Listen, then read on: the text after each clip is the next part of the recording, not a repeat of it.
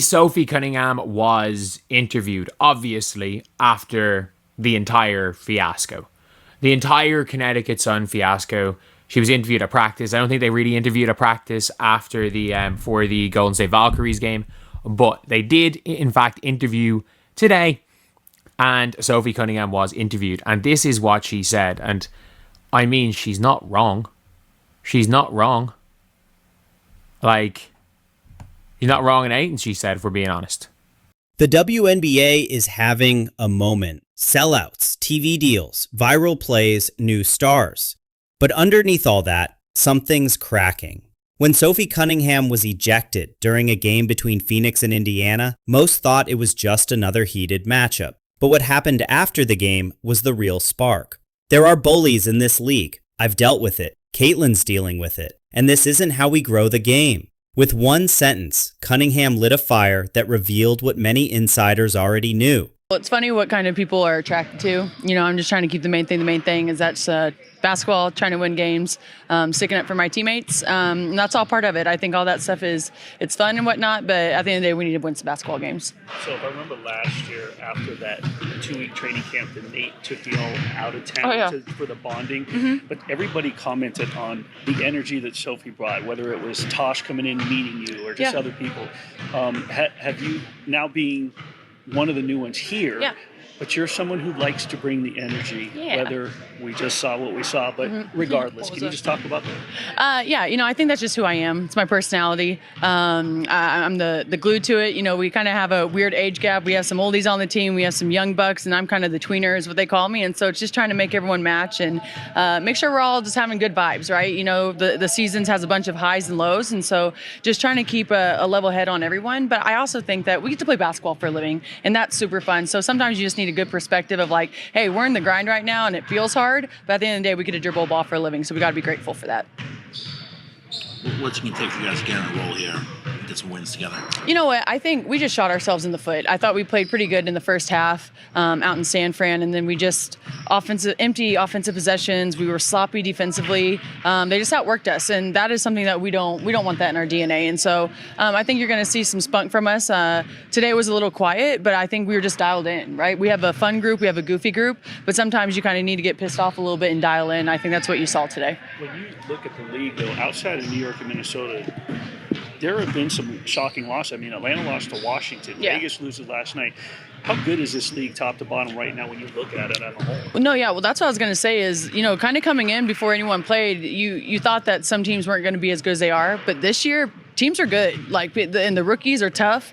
The squads that teams have put together, you know, you have to bring your A game every single night or else you're going to get beat. I mean, you just saw that when we played San Fran. And so it's a credit to our league. There's a lot of great players who are still not in the league. And so you see the W growing and a bunch of really great athletes. But at the end of the day, you got to win a ball game and come focused every single night.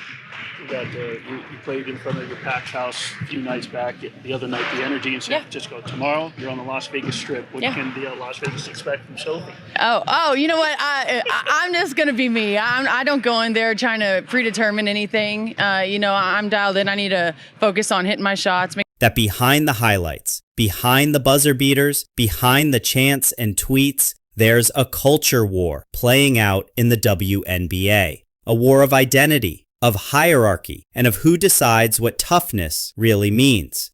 This is the full story behind that moment and how it could reshape the entire league. June 16th, 2025. The Phoenix Mercury are in a tight game against the Indiana Fever. Caitlin Clark, as usual, is being physically targeted. Elbows, hip checks, frustration fouls. The refs letting a lot of it slide. Midway through the second half, Sophie Cunningham, Clark's teammate, sets what's called a reckless screen on Wallace. Ref whistles, ejection. Social media explodes. But this wasn't just about one foul. It was about months, maybe years, of tension that Cunningham finally put words to. At the end of the game, JC Sheldon is going for a fast break layup and Sophie Cunningham is running with her. And I remember in my head, like it happened in a split second and I said, oh, let's see. Let's see what happens here. Sophie commits a hard foul on JC Sheldon. Again, as JC Sheldon is going up for a layup, Sophie bear hugs her and takes her to the ground. What I will say is Sophie did not grab her and throw her to the ground. She didn't body slam her. She didn't do anything, in my personal opinion. Maybe I'm biased here, but I'm going to give you guys my straight up honest opinion on this. She bear hugged her, took her to the ground. Yes, it was intentional. It was absolutely intentional. It was, to me, payback for what was happening the entire game. But she did it in a way that she wasn't going to injure JC. She was just making it known, like, if the refs aren't going to handle it, I will handle it. Caitlin Clark has changed everything. She brought in millions of new fans from Iowa, broke TV records, landed massive endorsements, and instantly became the face of the league. That kind of spotlight, it's rare, and it paints a target. It's not just physical, it's psychological. And while some players welcome her, others don't. Not because of who she is, but what she represents. A fast track to stardom, an outside spotlight disrupting the league's hierarchy, a narrative she didn't write, but now has to live inside. I'm dialed in. I need to focus on hitting my shots, making sure I'm executing the schemes right. I'm not focused on the extracurricular activities. And you know what? During that, it was just part of the game. I think the refs had a lot to do with that. It was a build-up for a couple of years now of them just not protecting, the star player of the WNBA. And so at the end of the day, I'm going to protect my teammates. That's what I do. And I'm a team player, so it's all good. She's not wrong. That's what Sophie Cunningham does. That is what Sophie Cunningham was in Phoenix. It is what Marina Mabrey is. It is what, to an extent, Alyssa Thomas is. And you better believe, there are players in the Fever team that are soft. And I'll say this, where it's it's very rare in sports that the guard is the enforcer. Everyone's like, oh, Caitlin needs to stand up for herself. And I'm like, one, she does. But two, she's a small guard. No small guard likes physicality. No small guard hunts for physicality. And I understand she's a big guard and stuff, but no finesse guard likes physicality. What are we talking about? No, if someone tries to fight Steph, Draymond steps in. If somebody tried to fight Jordan, it was Charles Oakley or it was Dennis Rodman that stepped in. It wasn't Jordan. You get big, you have to kind of defend yourself sometimes, but at the end of the day, you also have bigger teammates, and it shouldn't be Sophie Cunningham. And you better believe in that game, the fact is that one of her or Dewana Bonner were going to be on the floor. There would have been a brawl in that game, and it would have started from Marina Mabrey. If she was on the floor, the brawl would have started from Marina Mabrey. And Marina Mabrey would have been chucked out. Sophie Cunningham would have been chucked out. And JC Sheldon might have been chucked out. And there's a load of things where it's I saw the freeze frame where it looks like Tina Charles is punching Caitlin Clark. I rewatched it at full speed. I still don't think that there was a swing. I don't think that there was a swing with the back, but I do think contact to Caitlin Clark warranted a technical foul. I do think even when she was doing that, she was hitting Caitlin Clark while she was pointing at her. So I think there was contact there. I don't think there was malicious contact, but there was contact there from Tina Charles. I don't think it's as bad as the still image looks of her with her hand on her back. And for many WNBA players who fought for years for scraps of recognition, that spotlight feels unearned, even if it is deserved.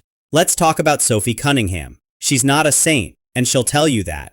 She's physical, fierce, known to talk trash, but she's also respected for standing up for teammates and playing hard every single possession. When she spoke out, it wasn't virtue signaling, it was lived experience. This league is physical, I get that, but there's a difference between playing tough and playing dirty, and there's a line being crossed. She's been the villain, she's been the enforcer, and now she's becoming the truth teller. The WNBA has always prided itself on toughness, but lately, that badge of honor has become a blunt weapon. Alexa Filippo, and she said, Marina Mabrey's technical foul from the Fever Sun game has been upgraded to a flagrant 2, the league told ESPN. A flagrant 2 comes from a standard fine. Additionally, Sophie Cunningham was fined separately for her hard foul with 40 seconds left to play. No players will be suspended. And a lot of fans were really upset about this because if Marina Mabrey's foul during the game was called a flagrant 2, like it was upgraded separated to, then she would have been ejected during the game. And I don't think any of this stuff with Sophie and JC would have happened at the end of the game if the refs would have gotten control of the game much earlier on. And I do think if they would have ejected Marina Mabrey during that whole play when she completely blindsided Caitlin, it wasn't a basketball play, it was after the whistle. If she would have been ejected at that point in time, I think it would have set the tone for the rest of the game. The refs did not have control over the players. They did not have control over the game for pretty much the entire game. The game was chippy from the jump. It was physical from the jump. There were dirty plays that were happening from the jump, and the referees didn't do their job. And because they didn't do their job properly, all of the extra things happened. Veterans are demanding respect from rookies, and rookies are trying to earn it while getting bruised doing it. In no other league are young stars so quickly welcomed and resented. And it raises a big question. Is this toughness or is it gatekeeping? Players say we're physical, but when fans start asking if this is about protecting tradition or just bullying the new wave, it's time for a reset. You've got a new generation rising, confident, marketable, and empowered by social media. Then you've got the old guard, legends of the game who had to grind for every dollar and minute of coverage. That tension is real, but it's not personal, it's structural. The league has changed, the rules of celebrity have changed, and the old school stars aren't sure what to make of it. What Cunningham pointed out is that this cultural friction is reaching a boiling point, and it's now playing out on the court, not just online. Let's not forget the media. Every foul on Caitlin Clark, viral. Every word spoken about her, headline. There's a tension behind the scenes, one nobody wants to say aloud. The league is split. On one side, the veterans who spent years building the game from the ground up. On the other, the Gen Z rookies who arrived with followers, NIL deals, and brand partnerships. Sophie's comments weren't just about Caitlin. They were about a culture that seems to punish confidence if it's coming from the wrong source. Is it hazing?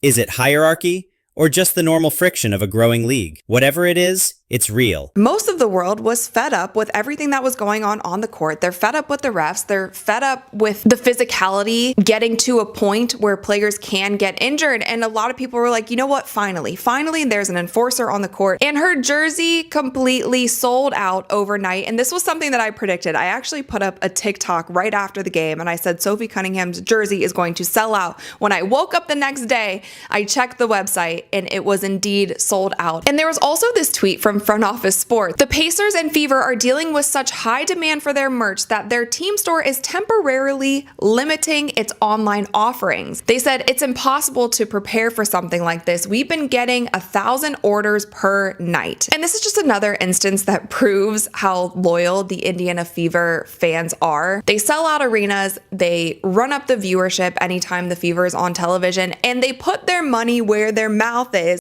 And it's leaking onto the court. Off camera, players talk. They talk about how refs call games differently depending on who's involved, about who gets protected, and who gets targeted. Some are frustrated that any criticism of Clark gets turned into a scandal. Others feel ignored by a media that only cares about viral rookies. And many agree, there's no roadmap for handling this kind of fame, because the league has never had a problem like this. Leadership matters, and right now the WNBA has a choice. Let this chaos fester, or step in and lead. Coaches need to define the tone.